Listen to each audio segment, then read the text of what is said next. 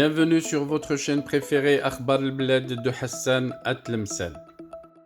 Voilà donc les raisons pour lesquelles l'Espagne préfère le Maroc plutôt que l'Algérie.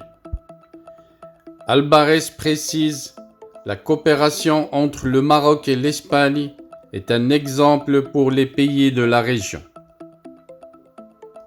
Le ministre espagnol des Affaires étrangères, de l'Union européenne et de la coopération José Manuel Álvarez a affirmé hier que son pays entretient une relation très solide avec le Maroc. Nous avons une relation très solide avec le Maroc qui profite tant à l'Espagne, a souligné le chef de la diplomatie espagnole lors d'un point de presse à Séville avec son homologue portugais, João Cravino. La dynamique qui se développe avec le Maroc a permis, entre autres, de réduire les flux migratoires vers la péninsule, en plus de la reprise de l'opération Marhaba, a-t-il fait observer, relevant que les relations avec le Maroc constituent un exemple pour les autres pays de la région.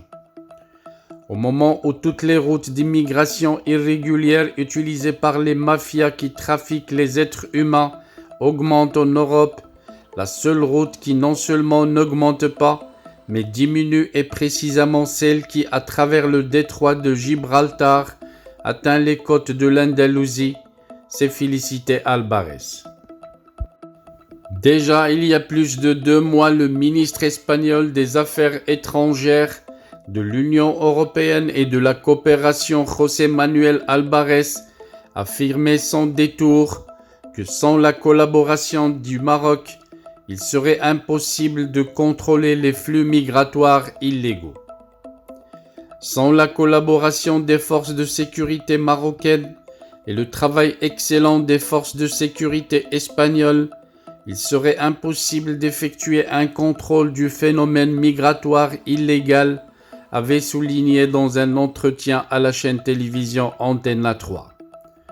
Selon le chef de la diplomatie espagnole, aucun pays au monde, aussi puissant qu'il soit, ne peut faire face seul à ce phénomène, mettant l'accent sur la complexité de la gestion de ce fléau, de faire face aux assauts de personnes qui cherchent une vie meilleure en mettant leur vie en danger.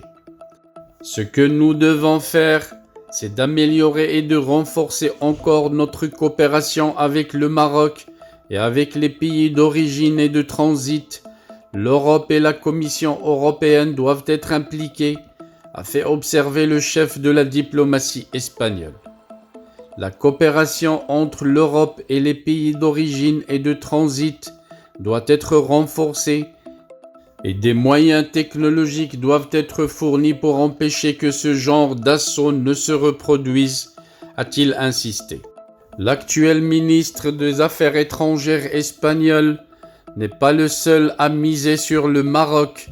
Déjà il y a quelques jours, Zapatero disait que le Maroc et l'Espagne constituent un modèle de coexistence, de métissage culturel et civilisationnel et de bon voisinage qui doit régir les relations internationales dans la conjoncture actuelle. S'exprimant à l'ouverture du premier forum international sur les relations maroco-espagnoles, le présent et l'avenir, M. Zapatero avait indiqué que les principes de base sur lesquels reposent les relations entre le Maroc et l'Espagne reflétaient la prise des consciences communes et la quête constante des 2 pays d'assurer la paix, la stabilité et la sécurité au niveau régional et international et font de ces relations bilatérales un modèle idéal qui doit régir les relations entre les pays, les civilisations, les cultures et les religions. Voilà donc ce qui va certainement déplaire à la junte militaire au pouvoir. Les généraux caporaux qui mènent l'Algérie vers la ruine ne vont pas apprécier ce genre de propos, car ils misent sur un changement de la position de l'Espagne.